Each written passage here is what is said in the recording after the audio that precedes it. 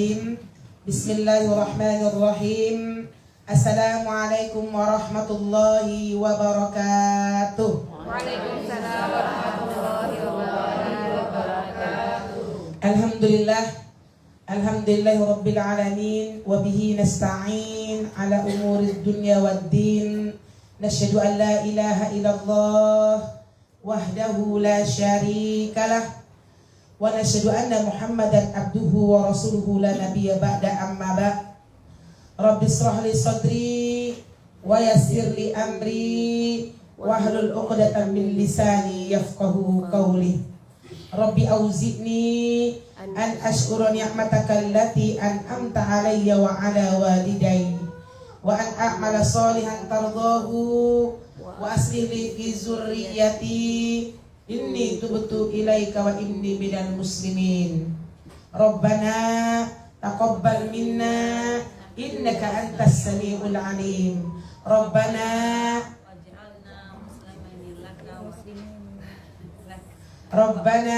waj'alna musliman lak wa min zurriyyatina ummatan muslimatan lak wa arina manasikana wa tub alaina innaka antat tawwabur rahim. Sadaqallahul azim. Ummahati fillah rahimakumullah.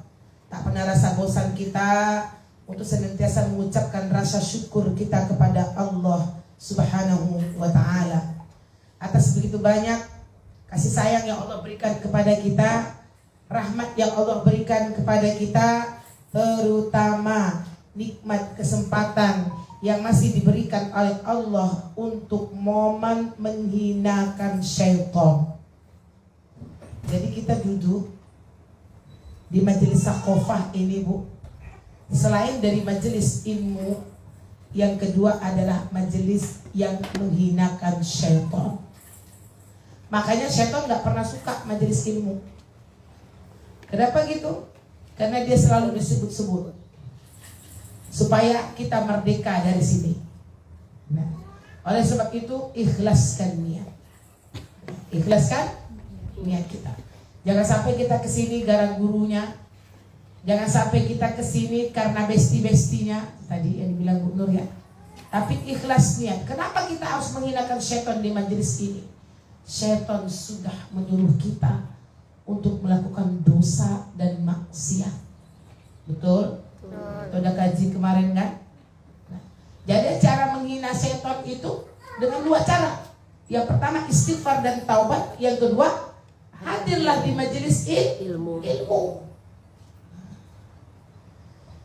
Ini sebuah nikmat yang sangat luar biasa. Banyak orang yang mencari majelis tapi dia tak ketemu bestinya. Tapi alhamdulillah, semoga kita di sakofah ini menjadi uhibbu fillah, hubbi fillah. Karena kita di sini sama-sama mencintai karena Allah. Selanjutnya, mari sama-sama kita kirimkan salawat beserta salam kepada qudwah kita, yakni Nabi Muhammad sallallahu alaihi wasallam. Allahumma shalli ala sayyidina Muhammad wa ala ali sayyidina Muhammad allazi yukhrijun nas minaz zulumati ilan nur wa ila siratil mustaqim. Assalamu alayka ya Rasulullah, assalamu alayka ya Habiballah. Rasulullah yang telah mengangkat derajat kita ini, Bu, dari alam kebodohan kepada alam terang benderang yang kita rasakan pada hari ini. Baik Ummahat, supaya tidak memperpanjang mukadimah, kembali kita ikhlaskan niat kita untuk berada di majelis ini. Alhamdulillah hari ini Ibu menjadi orang-orang yang merdeka, bisa mengalahkan hawa nafsu syaitaniyah.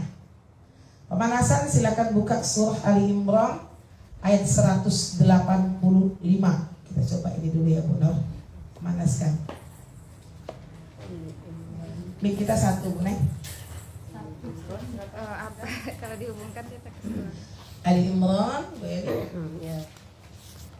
185. Kita dapur aja sebentar.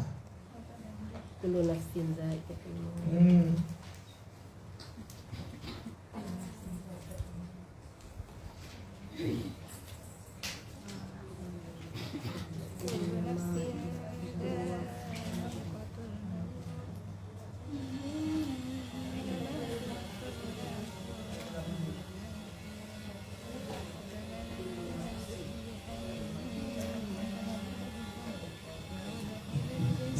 ada Bu.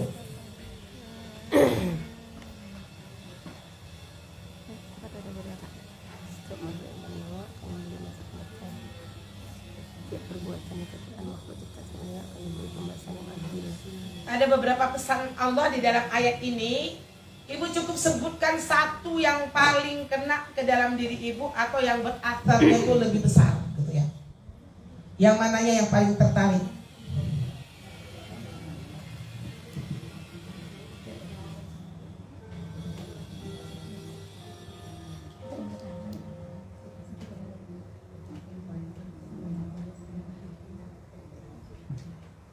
Oke. Kita mulai dari belakang boleh Bu? Jadi yang depan terus. Biar depan nanti gak kebagian ya kan? Iya. Ayo Bu. Dari mana dulu nih? Bu Anggi dulu Anggi. Satu aja ya poinnya, satu aja. Ini berapa item yang diingatkan Allah kepada kita. Sekali-sekali kita harus kaji ayat ini seperti ini Bu. Stop, oke. Bu Novi. Ya.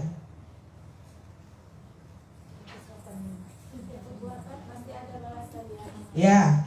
Setiap balasan pasti ada, setiap perbuatan pasti ada balasan. Kita urut ya Bu saya, biar teman-teman. Kehidupan dunia hanya sementara. Terus sebelah-sebelahnya ya Bu. Walaupun sama, tapi apa yang membuat ibu terkesan dengan ayat ini? Pasti beda-beda tiap kita. Lanjut Bun. Sebelahnya. Sebelah Bu Novi siapa? Tidak nampak saya dari situ. Oh Bunda. Oh Bunda ini. Ya. Oke, apa saja yang kita kerjakan di dunia akan dibalas di akhirat. Terus Bun, Usah udah sebelah Usah. Gak apa-apa yang pas-pas aja, gak apa-apa. Bu Novi. Balasan kebaikan surga. Balasan apa?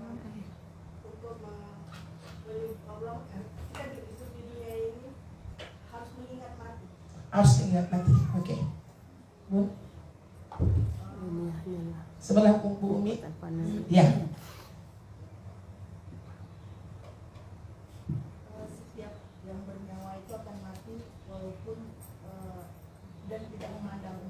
Tidak memandang umur. Oke, udah. Kesenangan sementara dunia ini ya. Depan Bude. Bu siapa namanya Bu? Kalian dulu. Oh, Bu dia nggak usah, Mama nggak usah. Maaf ya Ma. Baru ikut disuruh-suruh pula sama ustazahnya. Besok Mama nggak usah lagi ikut. Tidak usah ikut aja. Kemudian. Pembalasan yang sempurna itu hari kiamat. Oke. Bu Mary. Bu Nuzul. Astagfirullah. Saya sering terbalik tuh. Yang dijauhkan dari neraka akan dimasukkan ke dalam surga. Terus itulah dia orang yang menang. Oh ya. Mama apa Ma? Catatan Mama itu kan. Ya sebut aja Ma. Kemenangan sesungguhnya bagi manusia adalah dijauhkan dari neraka dan dimasukkan ke dalam surga. Oke, kemudian lanjut. Sama Ustazah, kemenangan kehidupan dalam kehidupan manusia itu sesungguhnya juga pasti kita masuk surga, baru itu kemenangan sesungguhnya. Kalau di dunia ini sukses pun kita punya anak kita sukses jadi dokter atau apa belum tentu. Kalau ya Cinya dunia nih, iya. gitu kan? Itulah. Kayak Bella.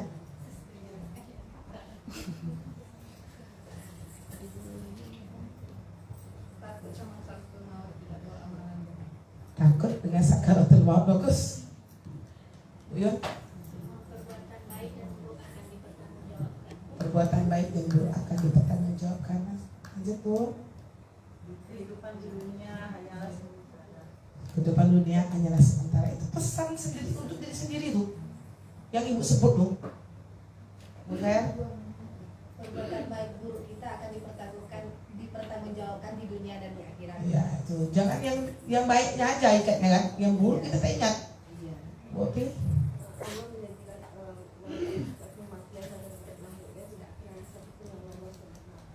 tidak ada satupun yang lolos dari kematian itu, guys. Benar? Ingat hari kiamat aja dah. Ingat hari kiamat. Bagus lah. Sama pikirannya. Ingat hari kiamat. Bagus. Kesenangan di dunia hanya sementara. Kesenangan di dunia hanya sementara. Itu yang kita nikmatikan, Bu. Di hari kiamat atau hari din dibalas kesempurnaan antara amal baik dan amal buruk kita. Sempurna dibalas amal baik dan buruk. Oke. Setiap yang bernyawa pasti mati ya Kak Salihah ya. Dan Dunia ini karena saya panggil dia namanya Kak Salihah.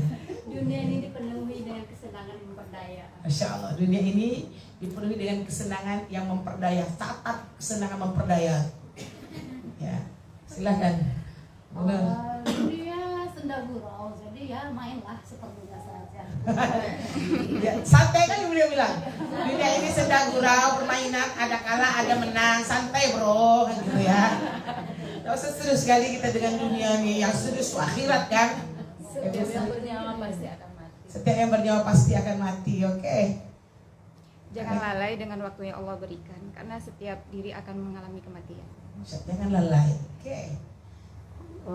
Ayat ini mengandung memberi kabar gembira bagi orang yang membenarkan dan memberi ancaman bagi orang yang mendustakan. Kalau kita lihat atas ayat atasnya ya, terus Gangguan yang banyak menyakitkan hati. gangguan yang banyak menyakitkan hati. Apa yang kita lakukan di dunia akan kita dipertanggungjawabkan di akhirat. Apa yang kita lakukan di dunia akan dipertanggungjawabkan di akhirat. Semoga dengan kita persentase sedikit ini tadi menjadi ingat. Kadang manusia tuh lupa. Kalau kita tahu bahwasanya semua di dunia yang kita lakukan akan dibalas di akhirat, pasti kita akan berhati-hati. Tafsirkan sebentar sebelum saya melanjutkan takut ini ya. Tadi telepon berapa orang nih? Tanya dulu, sediakan ya. Oke. Harus ada asisten. Ya. Akhwati fillah rahimakumullah, yang pertama yang kita ingat dalam ayat ini ya, kullu nafsin za'iqatul maut. Setiap manusia pasti akan merasakan. Siapa dia? Kita yang sehat mati, yang sakit mati, yang tua mati, yang muda mati. Yang harus kita tanamkan di dalam diri kita sekarang, akhwat, kita hidup di dunia ini untuk menuju kematian. Nah, itu yang harus kita ingat. Berarti kita hidup untuk menuju mana? Kematian. Ini pesan ayat ini yang pertama kali. Nah, kenapa kita harus tahu dunia ini alam yang singkat yang kita jalani? Coba di alam rahim, berapa lama kita? 9 bulan. Baik. Kemudian wiladah, dilahirkan oleh ibu kita. Namanya alam dunia. Berapa tahun kita di sini, akhwat? Umahat. Ada yang jamin? Iya, kalau sampai di atas 63 tahun. Ya, ini biar dicinta Allah. Di atas 63 udah bonus. Kita nggak tahu sampai atau tidak usia kita segitu. Cuman dahsyatnya alam dunia ini yang menentukan alam barzah kita, yaumul mahsyar kita, yaumul hisab kita, surga dan neraka. Ini yang harus selalu kita ingat, umahat. 63 tahun kita hidup, itulah bekal kita untuk sengsara dan bahagianya ke alam setelahnya. Oke, setelah alam dunia, kita akan pindah kepada alam barzah. Berapa tahun di sana? Sampai hari kiamat. Kalau kiamatnya 200 tahun, usia kita meninggal usia 50 tahun. 150 tahun di alam barzah. Ini dia cinta Allah. Mana lama? Dari kita hidup di dunia sama di alam barzah. Udah tahu pun kita. Cuman dahsyatnya 150 tahun itu kita bahagia di sana atau sengsara di sana sesuai dengan pekerjaan kita di dunia ini. Bayangkan apa? Sekarang orang-orang yang berada di alam barzakh belum masuk surga, belum masuk neraka, belum dihisab. Kapan hisabnya sama nanti sama kita? Cuman mereka sudah dirasakan dan dibayangkan oleh Allah, kuburan itu ada kalanya akan menjadi surga bagi mereka sekarang di situ. Dan ada kalanya menjadi neraka. Semoga Allah angkat derajat orang tua kita yang berada di alam kubur. Ya Allah. Kita sering bilang, Bu, mereka lihat kita tak lihat mereka. Amalan mereka tidak ada lagi buat kita, tapi amalan kita ada buat mereka. Terbalik gitu. Dilihatkan ala uqalibukum, udah pernah saya sampaikan kan? Dilihatkan oleh Allah kepada penduduk kubur apa yang dilakukan oleh ahli warisnya di dunia. Hadisnya rasain. Kalau ahli kubur itu melihat anak-anak cucunya, mahramnya itu melakukan kebaikan, apa katanya kepada Allah? Ya Rabbi, haza bi rahmatik wa bi fadlik. Ya Allah, ini sebuah rahmat dan karunia atas kau berikan kepadaku. Tapi ketika dia melihat anak cucunya melakukan maksiat dan dosa, maka dia akan bersedih. Ini yang dicinta Allah. Makanya sering gak kita dengar, jangan berkelainan, kasihan orang tua di alam kubur. Memang gak ilmiah disampaikan itu, inilah hadisnya. Memang iya, ditranslasikan oleh Allah. Cuma mereka cuma nonton, diam, cuma memuji Allah, tak bisa lagi mengirimkan amal buat kita. Tapi mereka yang berada di alam kubur pada hari ini, tak tahu kita orang tua kita sengsara atau bahagia. Cuman kita bisa mengangkat derajat mereka di alam kubur. Kita bisa mengirimkan pahala buat mereka. Ya, pada sebab itu Mahat, ya, mari sama-sama kita doakan mereka, ya, sedekah jariahkan mereka. Dengan inilah menebus dosa-dosa kita kepada mereka ketika di dunia. Banyak gak dosa kita sama orang tua kita? Ibu sempat gak misalnya membahagiakan mereka di dunia? Sempat gak minta maaf ketika mereka sudah tidak ada misalnya?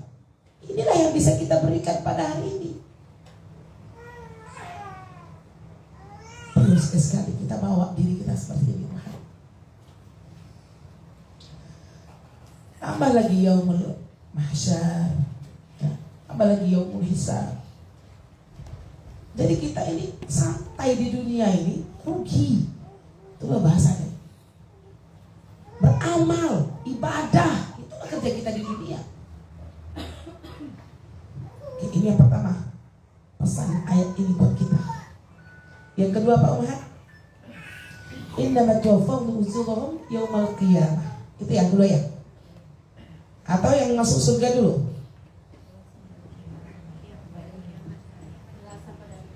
Innama tuwaffawna ujurahum.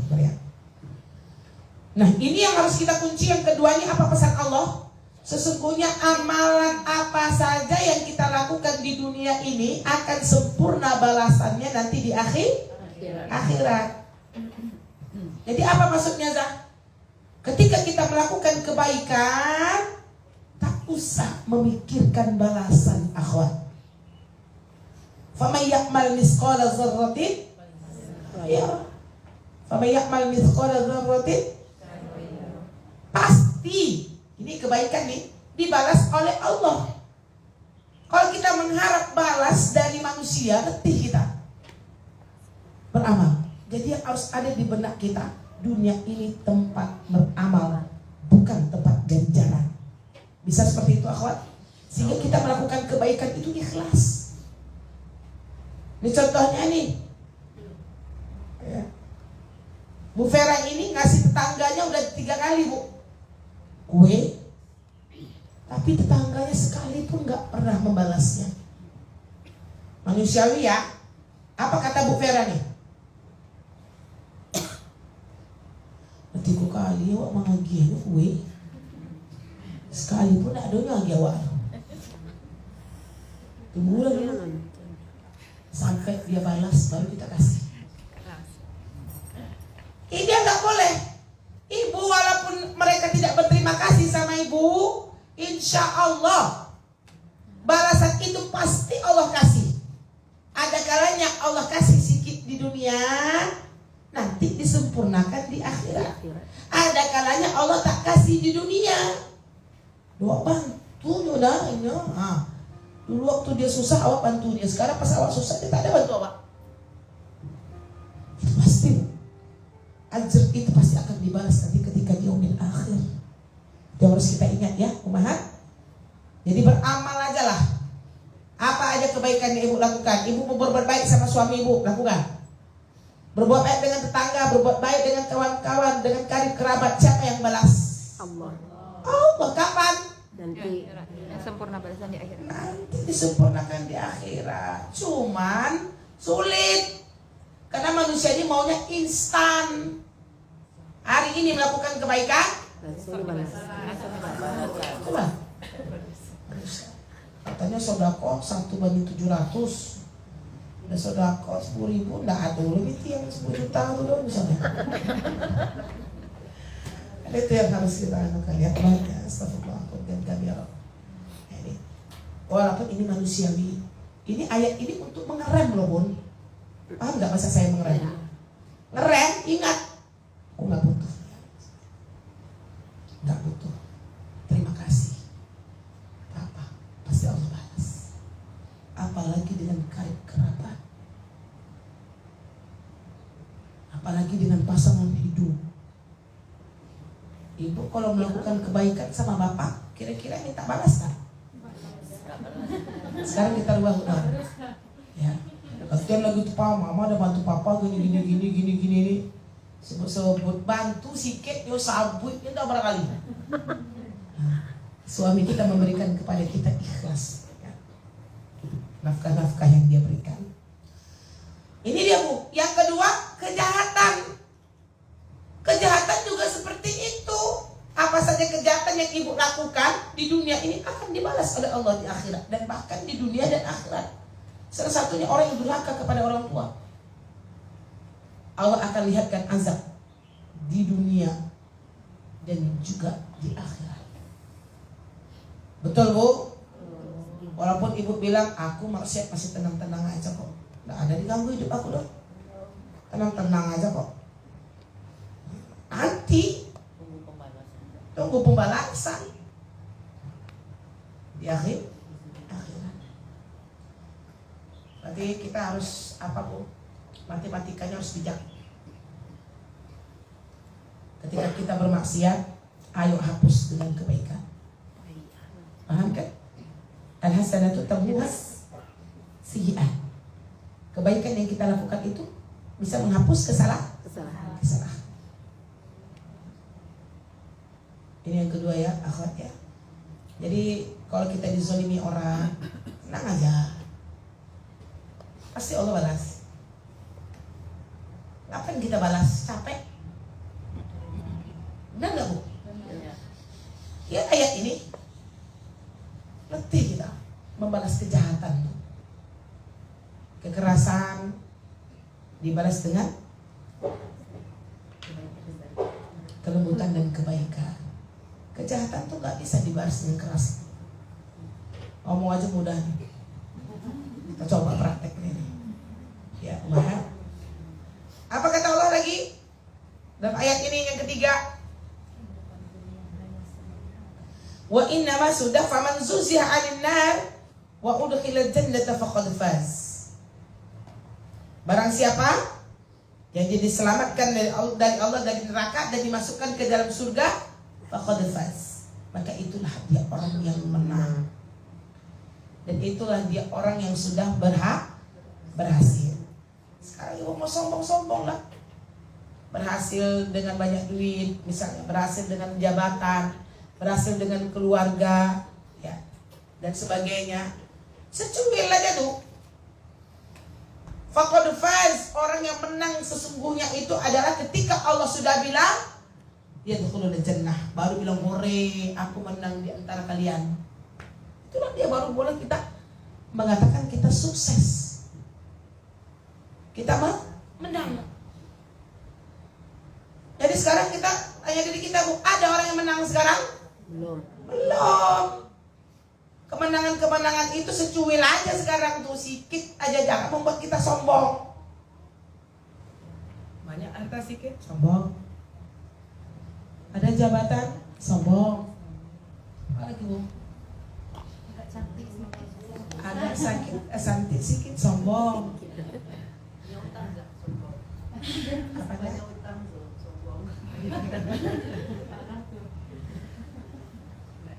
Itu ya, ini yang dicinta Allah.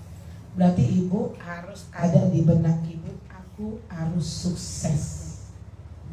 Suksesnya apa? Ketika berusaha terus untuk menuju jalan ke surga. Bukan tidak menafikan dunia ini, kita kan mau suksesnya dunia dan akhirat. Apa tadi ayat Al-Quran yang dibaca oleh Uni tadi? Rabbana ya hasanah. Ini doa yang nggak pernah ibu tinggalkan kan? Makanya namanya sapu jagat dunia dan akhirat. Tapi kalau kita menginginkan dunia, ayat di atasnya tadi, maka Allah akan kasih dunia itu. Tapi ibu tidak mendapatkan akhirat. Tapi kalau ibu untuk akhirat, insya Allah dunia akan ibu dapatkan. Percaya tuh? Ya, kita. Kemudian wa mal hayatud dunya illa mata'ul ghurur. Apa kata Allah? Dia memperoleh kemenangan. Kehidupan dunia hanyalah kesenangan yang memperdaya. Yang dikatakan benar tadi kan, santai kali beliau. Dunia ini main-main yo. Dunia ini gurau yo. Berarti tak serius. Ada menang, ada kalah. Tapi ibu cari, ada nggak ayat Quran yang memuliakan dunia? Tak ada. Tak ada satupun ayat Allah yang menceritakan tentang keindahan dunia itu. Penyemangatnya tidak ada loh. Yang ada tuh dunia itu pasti dihinakan oleh Allah. Benar kan? Inna dunya la'ibun wa lahun. Tadi wa mal hayatud dunya illa mata'ul ghurur. Ngapainlah kita dengan dunia ini terlalu cinta, Bu? Kenapa dunia ini yang kita sanjung-sanjung? Makanya orang-orang walinya Allah, dia tuh menjadikan dunia itu tempat apa bagi dia? Tempat amal, tempat beribadah untuk mempersiapkan diri mereka menuju kematian. Jadi mereka nggak masalah tuh, nggak punya harta, nggak punya rumah. Kalau dia nggak dikasih bonus itu oleh Allah, dia nggak sakit hati. Beda dengan kita. Kita aja diuji sedikit aja oleh Allah.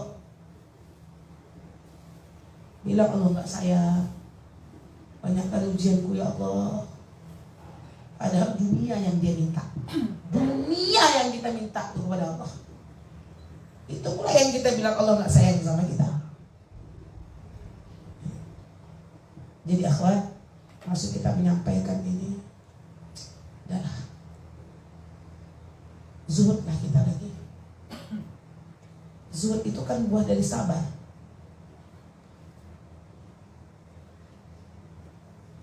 Zuhud itu dia sabar dengan kesenangan yang Allah berikan kepadanya. Atau zuhud tuh. Paham nggak bahasa saya?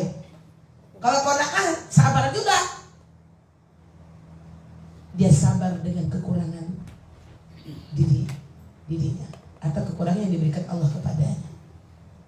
Jadi zuhud kemudian qanaah itu buah dari kesabaran. Orang yang sabar dengan hawa nafsunya berarti dia ifah. Kan? namanya orangnya ifah. Sabar dengan kesenangan namanya zuhud. Apa maksud sabar dengan kesenangan? Susah kan mendefinisinya? Kalau sabar dalam kesusahan mudah kita. Dia hidupnya senang, tapi dia berusaha tidak glamor gaya hidupnya. Itu yang zuhud. Payah kan Bu? Ibu dulu waktu nggak punya duit harga sepatu 35. Sekarang punya duit harga sepatu ibu berapa? 10 kali lipat. Jujur tuh kan? 350.000. 10%-nya ya, 10 kali lipatnya ya Bu Eli. Betul Bu? Tapi walaupun dia udah kaya, dia zuhud. Ini yang kita mau sabarkan dalam diri kita. Susah nih. Ngomong aja mudah. Dulu waktu nggak ada uang, nggak banyak keinginan. Benar? Sekarang kalau punya uang, Banyak listnya. makanya disuruh zuhud. Nah, ya, kenapa Bu Nur?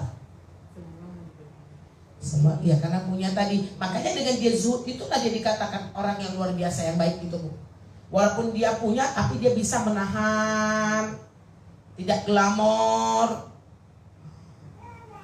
Itu. Tapi nggak bisa nih. Belanja ibu dikasih bapak dulu 2 juta, sekarang 5 juta, pasti beda ada sekarang kualitas barang ibu. Iya kan Bu? Tapi kalau orang-orang walinya Allah, zuhud mereka. Ini mengingatkan diri sendiri nih. Berat ini Bu. Zuhud. Sedikit cukup, banyak habis. Iya, dari sedikit cukup. Banyak kurang. Kalau yang sedikit tuh kayak mana ya? Cukup aja lah. Gitu kan? Nah itulah qanaah tuh. Itu yang qanaah tuh, bersabar dengan kekurangan. Kalau zuhud bersabar dengan kesenangan. Malas mudah ibu lulus Bu. Mudah saat kekurangan.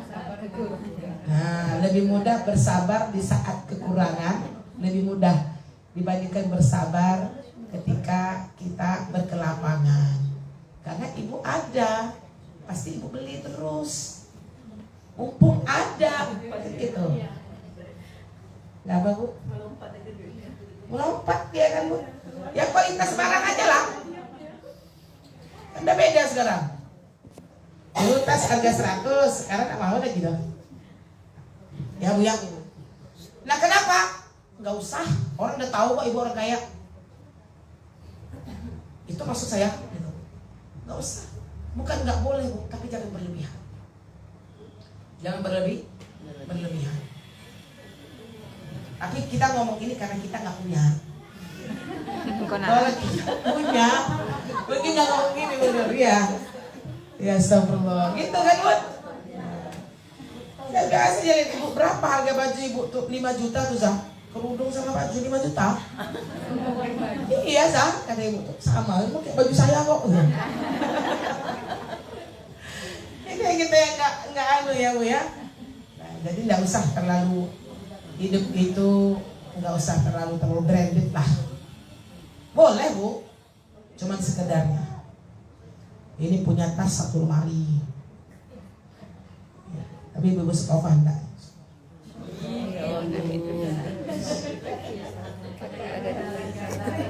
Sampai dapat gelar Mrs. Matching, kan?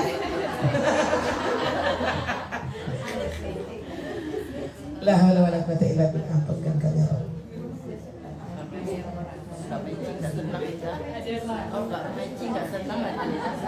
Itulah yang kita mesti orang ada itu. Kenapa Bu? Kita sering matching juga ya, tapi pakai hitam.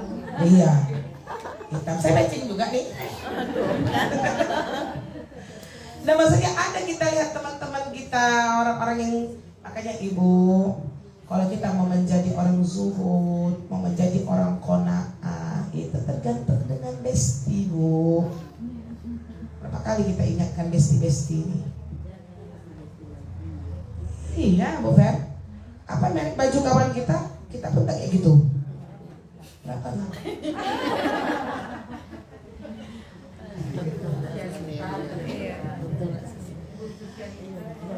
Pak Unor.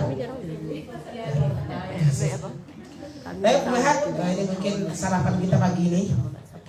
Ya, semoga kita bisa menganggap dunia ini hina. Mulai dari hari ini.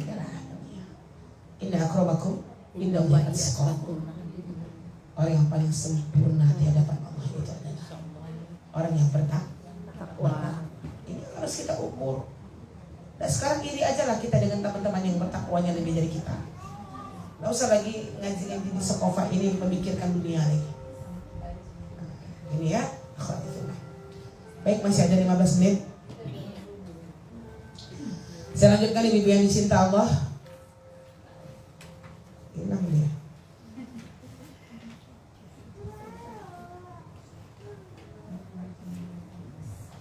Obatnya udah kemana?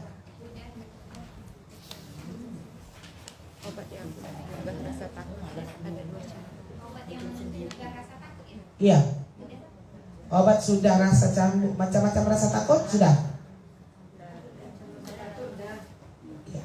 Berarti sekarang ketakutan para malaikat. Tuh lagi Bu, kita contohkan, kita ceritakan ya. Biar tambah takut kita kepada Allah Subhanahu wa taala.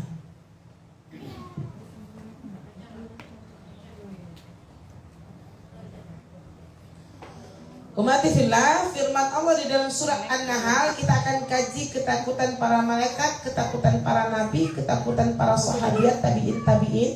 Ya. Mereka aja orang-orang yang sudah dapat jaminan dari Allah. Ya. Kemudian mereka walinya Allah, itu rasa takutnya sangat tinggi kepada Allah.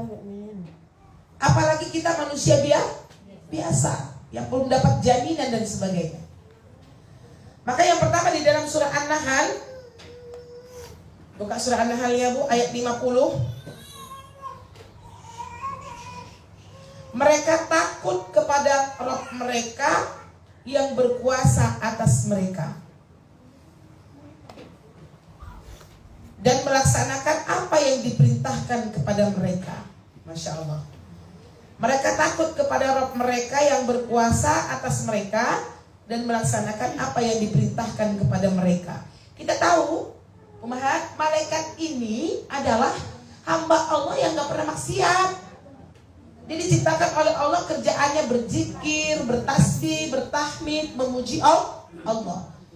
Tapi mereka saja punya rasa takut kepada Allah.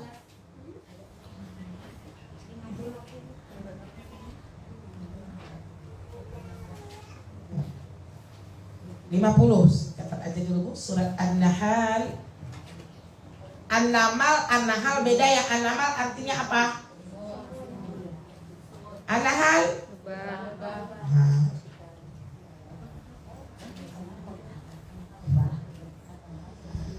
Nabi SAW bersabda, Inna lillahi malaikatan tar'aju fara'isuhum min makhafatih. Sesungguhnya Allah mempunyai para malaikat yang urat-urat leher mereka gemetar karena takut kepadanya. Masya Allah. Sesungguhnya Allah mempunyai para malaikat yang urat-urat leher mereka gemetar karena takut kepadanya. Bayangkan urat lehernya mana Bu? Gemetar nih karena takut kepada Allah. Ibu pernah nggak urat leher kita gemetar karena takut sama Allah? Karena marah. Ada loh. Karena marahnya. Mati.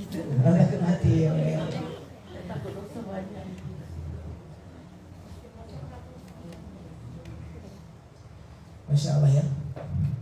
Oke, lanjut ya. Dari Jabir radhiyallahu an, dengarkan saja Bu, karena dia cerita dengan hadisnya.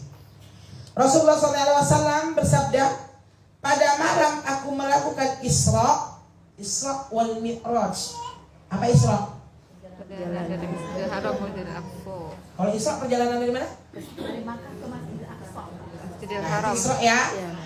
Perjalanan Nabi dari Masjidil Haram ke Masjidil Aqsa. Kalau Mi'raj naik ke Sidratul Muntaha. dari Masjidil Aqsa, Baitul Maqdis ke Sidratul Muntaha. jangan dicampur-campur aduk ya Bu ya. Pokoknya Isra Mi'raj itulah.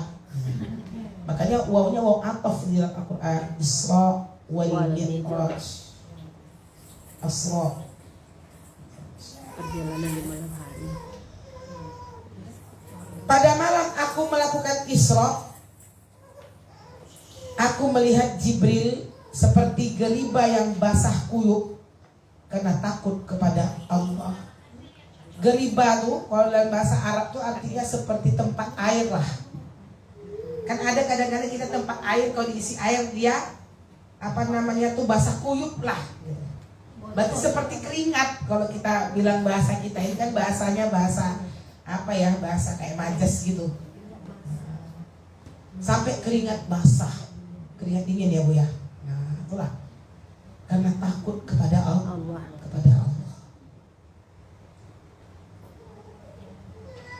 Ada lagi riwayat Jibril alaihi salam mendatangi Rasulullah sallallahu alaihi wasallam sambil menangis. Jibril menangis. Kemudian bertanyalah Rasulullah, apa yang membawa engkau menangis? Kata Rasulullah kepada Jibril. Rasulullah bilang, mataku tidak pernah berhenti menangis semenjak Allah menciptakan neraka jahanam, karena aku takut akan mendurhakainya. Kata Jibril.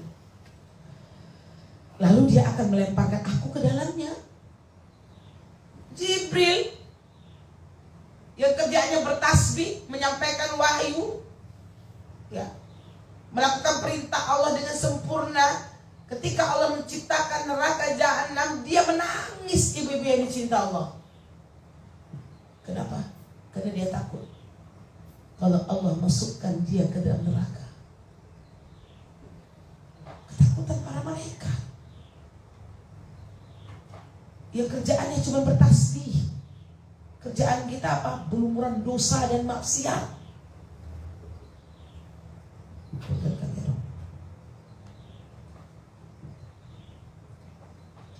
Dari Yazid Ar-Ruqayyashi, dia berkata, sesungguhnya Allah mempunyai para malaikat yang berada di sekitar Arsy. Mata mereka menangis layaknya sungai hingga hari kiamat tiba. Itulah dahsyatnya neraka, ya. Dahsyatnya azab.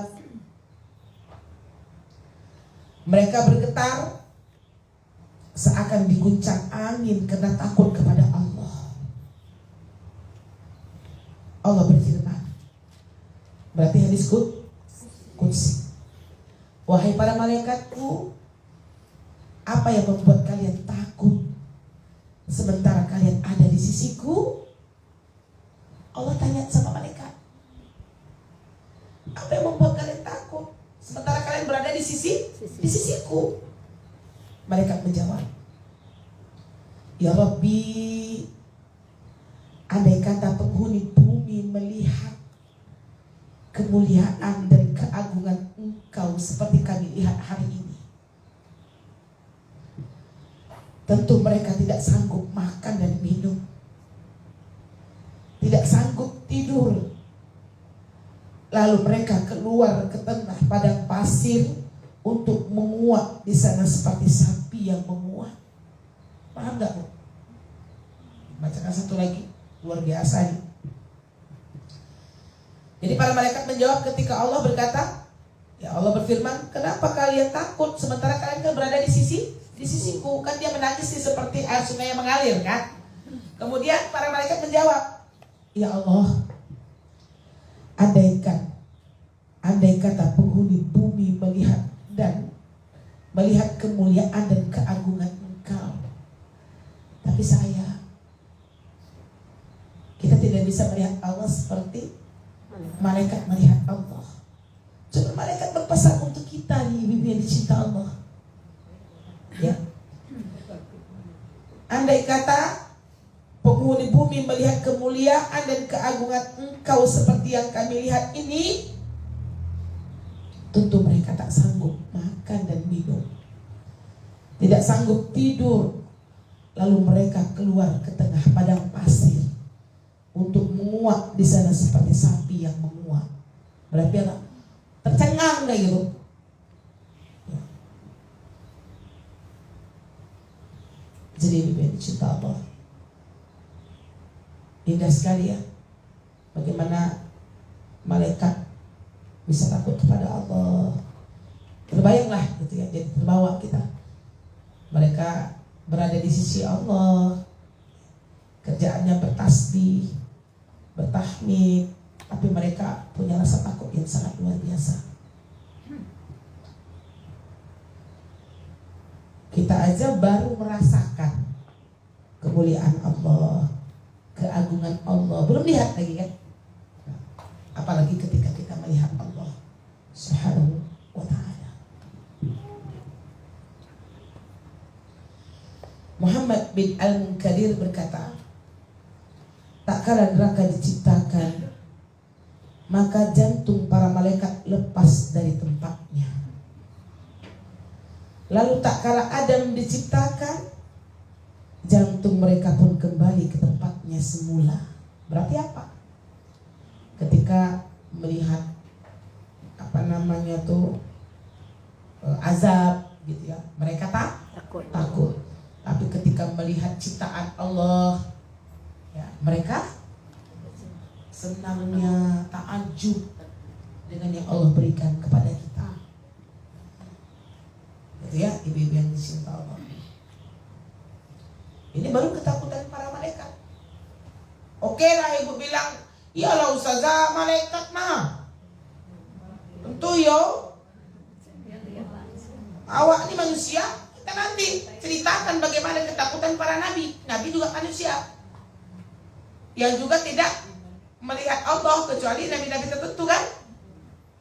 Tapi bagaimana rasa ketakutan mereka kepada Allah yang mereka ungkapkan, ibu-ibu yang dicinta Allah. Nanti ibu bilang nanti, iya tentu ya dia nabi. Itulah yang hati yang keras. Hati keras semua. Diceritakan sahabat, iyalah sahabat. Yang harus kita lembutkan hati kita ketika mendengar yang seperti ini. Jadi itu ya, bagaimana nanti kita akan kaji ketakutan para nabi ketika dia bermaksiat, ketika dia bertaubat, menyesali atas dosa yang mereka lakukan. Saya kasih tugas ya, membaca cerita Nabi Daud. Ini banyak yang nggak kenal, yang sudah tinggal ulang. Nabi Daud itu siapa? Nah, ada cerita yang sangat luar biasa dan taubatnya Nabi Daud ya nanti habis itu ya. Jangan takut, jangan nggak datang ya Bu. Disuruh tampil ya. Nabi Daud. Kemarin ada saya kasih tugas ya, menyebut Allah 100 kali. Kok nggak di sini ya? Di mana saya kasih tugasnya? Terus saya kan juga enggak. Ada kan?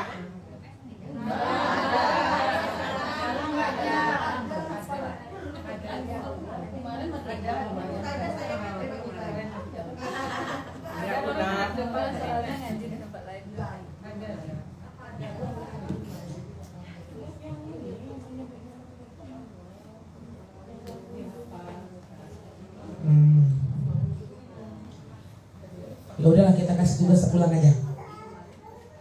Tinggal di sini di mana latihan. Semangat soalnya merenung. Baik Umahat, kita kasih tugas.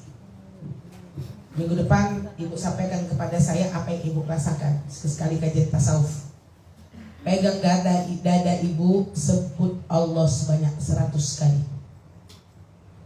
Kan kita lagi berbicara masalah takut nih, jadi nyambung tubuh dengan yang kayak gitu. 100 kali sekali duduk. Beda. Kalau ibu nonton sinetron jangan dihitung. Ya Allah. Lagi marah nggak dihitung. Duduk, pegang dada ibu. Allah, Allah, Allah, Allah 100 kali. Insya Allah ada rasanya. Yang berasa, Yang mati rasa. yang mati rasa. Nanti ibu tinggal bilang mati rasanya. Biasa aja rasanya. Nanti beda-beda bu, itunya bu ya. Beda-beda tuh Bu Nur. Rasanya tuh nanti beda-beda. Gak, saya nggak takut-takut kan dok. Nggak pernah kan kita menyebut Allah, Allah, Allah, Allah. Menyebut suami aja nggak pernah 100 kali kok. Ya, kita sebut Allah 100 kali. Hah? Sekali aja. Mau tiap hari bagus juga. Nanti terlalu berat tugasnya. Iya, sekali aja Pak. Sekali aja. Habis itu ibu ceritakan apa yang ibu rasakan setelah itu. Apa rasanya Bu Neng? Apa yang dirasakan lah, apa yang dirasakan. Apa yang dirasakan setelah itu? Cuman syaratnya dia khusyuk. Habis sholat sih coy. Jangan disambil-sambil, kalau bisa dalam keadaan sendiri. Pas tahajud bagus, mau tidur juga bagus. Ya. Sekali lah nyebut Allah 100 kali. Itu ya akhwat, cukup sekian. Habis di bab takut, nanti kita ceritakan aja ketakutan para nabi. Lebih dasar lagi ya. Termasuklah Nabi Daud ini. Bagaimana dia menggambarkan dirinya ketika dia takut kepada Allah Subhanahu wa taala. Cukup sekian umahat. Alhamdulillah rabbil alamin. Assalamualaikum.